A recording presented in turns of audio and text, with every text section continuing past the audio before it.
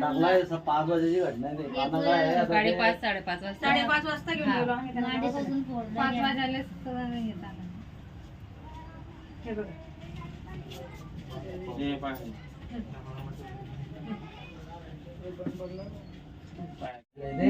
माहित नव्हतं सकाळी ते 5:30 बरं झालं ते नाही तर ते बायदम तोडून दिला असता ते त्या टाईप.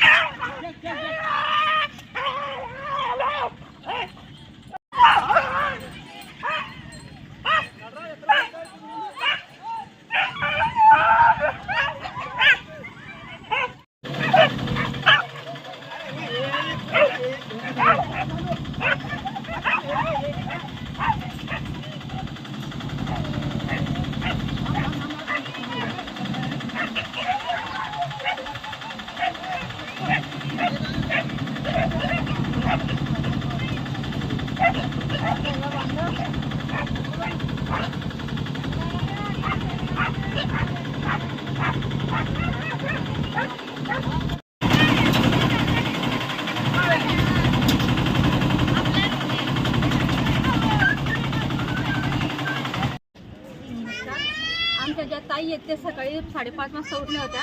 त्यांच्यावर 4-5 कुत्र्यांनी इतका मोठा हमला केला की ते इतके जखमी झाले की त्यांना पूर्ण पायावर मांडीवर अक्षरशः डोक्याला सुद्धा ते कुत्र्यांनी एवढा चावले. कुत्र्यांचा एवढा आतंक वाढलाय.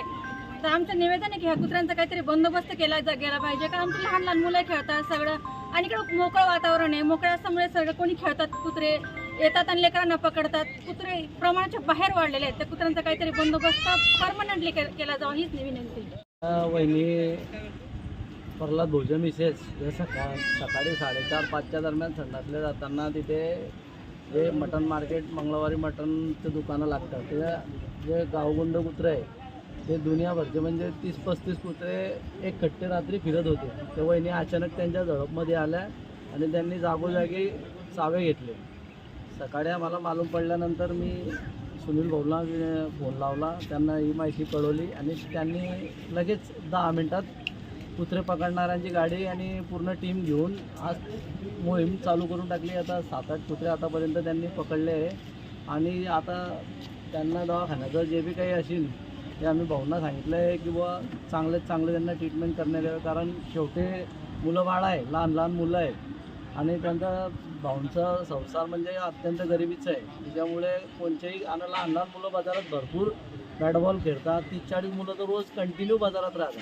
त्याच्यामुळे आता दुसरी अशी जीवितहानी झाली नाही पाहिजे. त्याच्यामुळे आम्ही भाऊंना विनंती केली आणि भाऊंनी आता कुत्रे पकडायला सुरुवात करून टाकली. आमच्या रामपेठमध्ये विजयताई प्रल्हाद भोई यांच्यावर जो कुत्र्याचा हल्ला झाला त्या हल्ल्यामध्ये ताईंचं अत्यंत मोठ्या पद्धतीने शारीरिक नुकसान झालेलं आहे. त्याचा चाव मोठमोठ्या पद्धतीमध्ये झाला आहे. म्हणजे पूर्वी असं म्हटलं जात होतं की वाघाचा हल्ला झाल्यानंतर लोक भयभीत होते, परंतु आता वरणगावमध्ये असं झालं आहे कालपासनं की कुत्रे जे आहे ते मोठ्या पद्धतीमध्ये याच्यामध्ये वरणगावमध्ये आणून सोडत आहे. भुसावळवाल्यांचे कुत्रेसुद्धा वरणगावात आणले जात आहे. त्यानंतर सावदा बोजवळवालीचे सुद्धा कुत्रे हे इथे जातात. मी या सर्व नगरपालिकेच्या अधिकाऱ्यांना किंवा नगराध्यक्षांना विनंती करतोय की तुम्ही असं करू नका. तुमच्या गावातले कुत्रे पकडल्यानंतर त्याला जंगलात सोडा.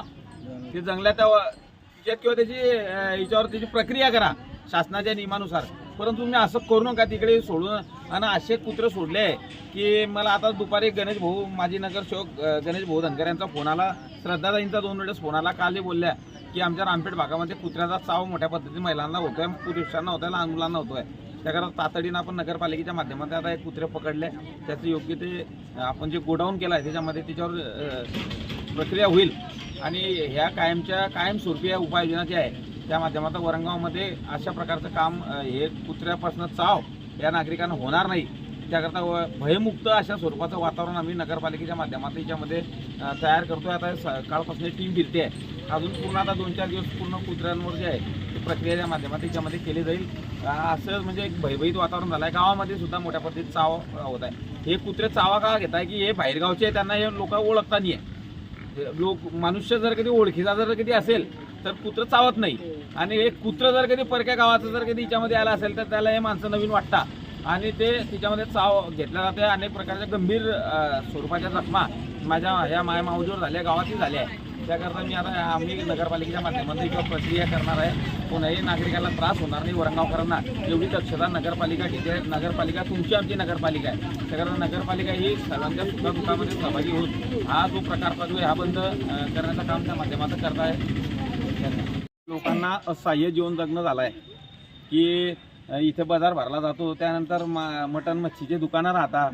मी त्या व्यापाऱ्यांना सुद्धा विनंती करू की दादा असं का करता तुम्ही, तो तिच्यात टाकता.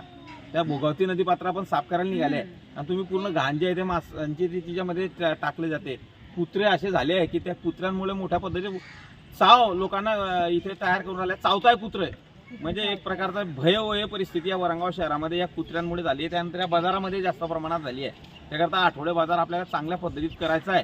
त्याकरता मालकाला मी विनंती करतो आपल्या माध्यमातून की दादा हे फटक्यात तुम्ही तातडीने याच्यावरची लोकांना जी सुविधा पाहिजे आहे ते सुविधा त्या माध्यमातून द्या. जे व्यापारी करण्यासाठी जे दुकानदार येतात त्यांनी त्यांच्या याच्यामध्ये गोळा केला पाहिजे ना तो कचरा. आता मांस मटण मच्छीवाल्या येतात, तुम्ही धडकतीच्या त्या भोगावती नदीमध्ये टाकता, हे संयुक्तिक नाही आहे. याची तुम्ही आमच्या नगरपालिकेची गाडी येते त्या गाडीमध्ये टाका, पॅक करा थैली आणि एक योग्य ठिकाणी जिथे डिस्पोज होईल तिथे त्या गड्ड्यामध्ये टाकून त्याला दाबलं गेलं पाहिजे. नाही तर हे मांस खाण्याच्या चक्करमध्ये हे कुत्रे हे लोकांच्या याच्यामध्ये चावा घेत आहे. म्हणजे त्यांना ती सवय वाईट सवय लागली आहे. त्याकरता मी मटण मच्छीवाले जे दुकानदार आहे, चिकनवाले जे दुकानदार आहेत त्यांना मी आपल्या माध्यमातून विनंती करतोय की तुम्ही हा जो प्रकार तुम्ही कुठेही घेता आणि कुठे टाकता हा बंद करा. नाही तर नगरपालिकेच्या वतीनं दंडात्मक कार्यवाही ज्या इच्छा आहे ती आहे की आता बुधवार आपण परवापासून जी आहे तिच्यामध्ये सुरू होणार आहे. त्याकरता मी व्यापारी बंधूंना विनंती करतो की जसं तुम्ही तुमचा व्यवसाय चालवता त्या व्यवसायापासून सर्वसामान्य वरंगाव करणारा त्याचा त्रास